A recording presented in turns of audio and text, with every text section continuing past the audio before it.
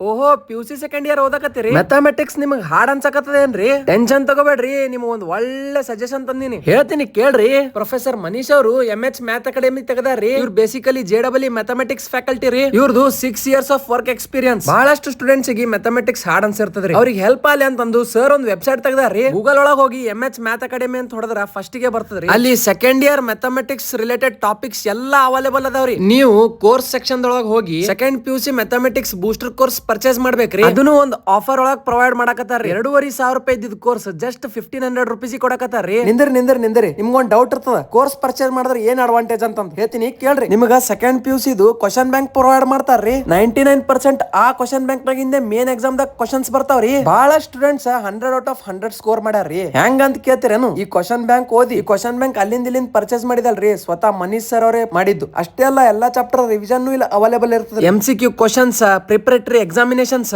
ಇಷ್ಟಕ್ಕೂ ನಿಮಗೆ ಏನು ತಿಳಿಲ್ಲ ಅಂತ ತಿಳ್ಕೋರಿ. ಅವ್ರಿಗೆ ಕಾಲ್ ಮಾಡಿಲ್ಲ, ವಾಟ್ಸ್ಆಪ್ ಥ್ರೂ ಕನೆಕ್ಟ್ ಆಗ್ಬೋದ್ರಿ. ಇನ್ ಕೇಸ್ ನಾ ಸೆಕೆಂಡ್ ಇಯರ್ ಇದ್ದಪ್ಪ ಅಂತಂದ್ರ ಇಂದ ಮುಂದ ನೋಡ್ಲಾರ್ದೆ ಈ ಕೋರ್ಸ್ ತಗೊಂಡ್ ಬಿಡ್ತಿದ್ದೆ ನೋಡ್ರಿ. For more information contact the number given on the screen and mail the given mail on the screen. ನಮಸ್ಕಾರ.